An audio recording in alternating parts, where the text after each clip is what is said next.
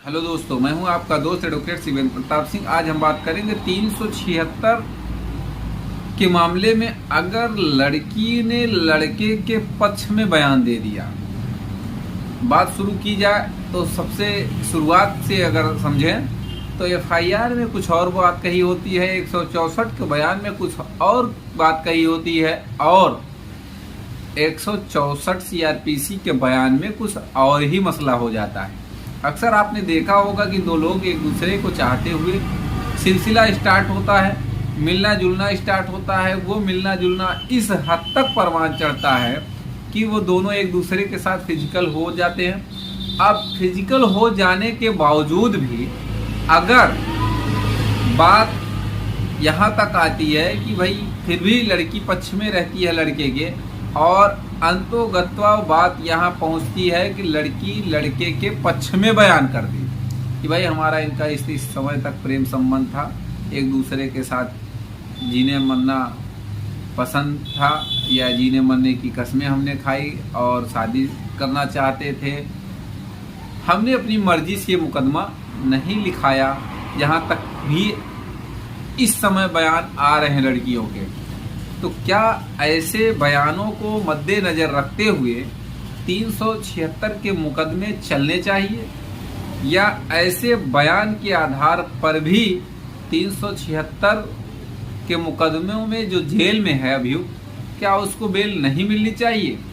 सबसे बड़ी बात आपको बता दें कि आज की कंडीशन, बालिग लड़कियों की मैं बात कर रहा हूँ, नाबालिग की नहीं बात कर रहा हूँ, क्योंकि नाबालिग अपनी सहमति देने में भी सक्षम नहीं मानी जाती है। वो भले ही अपनी सहमति से किसी के साथ रही हो, वो माने नहीं रखता है, फिर भी आपको जेल जाना पड़ेगा। मैं बालिग लड़कियों की बात कर रहा हूँ। बहुत ज़्यादा पढ़ी लिखी भी लड़कियाँ हैं ऐसी, जो कि ऐसे मसलों में एक दूसरे के साथ उलझी हुई हैं या समझ नहीं पा रही हूँ उनको क्या करना चाहिए क्या नहीं करना चाहिए।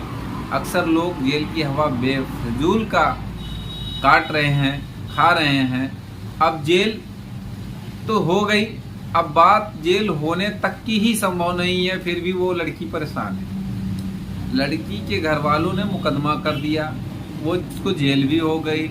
तो क्या लड़की अगर पक्ष में है और आपके साथ जाके बयान भी देना चाह रही है, कोर्ट में एफिडेविट देने के लिए भी तैयार है, तो ऐसे अभियुक्तों को या ऐसे जो जेल में भुगत रहे हैं, अपनी सजा काट रहे हैं, उनके घर वालों को ये चाहिए कि सबसे पहले तो उस लड़की का बयान आप ले जाके करा दीजिए मजिस्ट्रेट के यहाँ।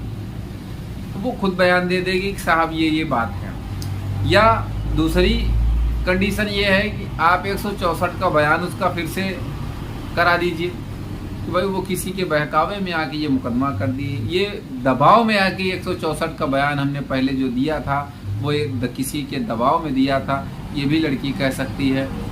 साथ ही साथ एक एविडेंस के तौर पे एक एफिडेविट आप दे दीजिए लड़की के तरफ से। और एक चौथा जो मामला है, चौथा कंडीशन जो होती है, वो आप उस लड़की को, अगर लड़की पक्ष में है, लड़का भी शादी करना चाहता है, तो ऐसी कंडीशन में सीधे उस लड़की को आप जिस दिन बेल मूव करे हो, आप बेल की तारीख लगी हो कोर्ट में, आप उस लड़की को खड़ा कर दीजिए। वो बताएगी कि साहब अगर ये शादी करना चाह रहे हैं, मैं भी इनसे शादी करना चाह रही हूँ, तो इनको जेल से छोड़ा जा सकता है, मुझे कोई आपत्ति इनकी जमानत पर नहीं है। अगर ऐसा लड़की कह देती है तो आपकी जमानत 100% सेशन से ही हो जानी चाहिए, और हो जाएगी। और साथ ही साथ अगर चार्जशीट फाइल हो चुकी है, अगर चार्जशीट फाइल हो चुकी है तो आप बयान एक लड़की का अलग से करा दीजिए, तो केस भी ख़त्म हो जाएगा। एक दो गवाहों का करा दीजिए, वैसा भी ख़त्म हो जाएगा। अगर चार्जशीट फाइल नहीं हुई है और शादी एक दूसरे के साथ हो जाती है, तो सीधे तौर पे आप जो है फाइनल रिपोर्ट मुकदमे में लगा सकते हैं। इस तरह से। और एक बात, जो 376 के मुकदमे हैं वो इतने आसान मुकदमे नहीं होते हैं। अगर गलत एलिगेशन किसी पे लगाया जाएगा तो वो साबित हो जाता है। कारण उसका यह है कि मेडिकल में भी तो आना चाहिए। और एक बात हम आपको बता देते हैं, यहाँ तक कि ऐसे मुकदमे दर्ज हो रहे हैं कि भाई शादी का झांसा देकर 3 साल 4 साल तक हमारे साथ ये फिजिकल रहा, अब शादी से मना कर रहा है। तो सबसे जरूरी बात मैं आपको बता दूं, भारतीय लड़कियों को मैं बता दूं कि अगर आप अपना सम्मान चाहती हैं, आप अपने सम्मान को समझती हैं, आप अपने परिवार के सम्मान को समझती हैं, तो किसी भी व्यक्ति के बात में आके आप ऐसा कदम बिल्कुल मत उठाइए। तो भाई किसी के साथ 3 साल 4 साल फिजिकल रिलेशनशिप में रहिए, बाद में उस पे मुकदमा करने की नौबत आए, ऐसा बिल्कुल मत करिए।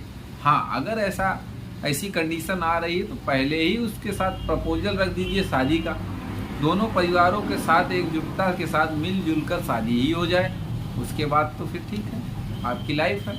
बाकी ऐसा भरोसा करना, ऐसे प्रेम जाल में फंसाना किसी को, ये एकदम सरासर गलत है, अनैतिक है, फंसना भी और फंसाना भी।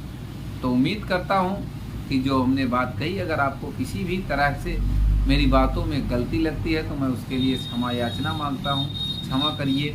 लेकिन अगर मैं सही कह रहा हूँ या मेरी राय सही है तो कमेंट करके ज़रूर बताइए कि मेरा कहना कहाँ तक सही है और कहाँ तक गलत है। अगर आज का वीडियो आपको पसंद आए तो वीडियो लाइक करिए, शेयर करिए, यूट्यूब चैनल SP 72 कानून को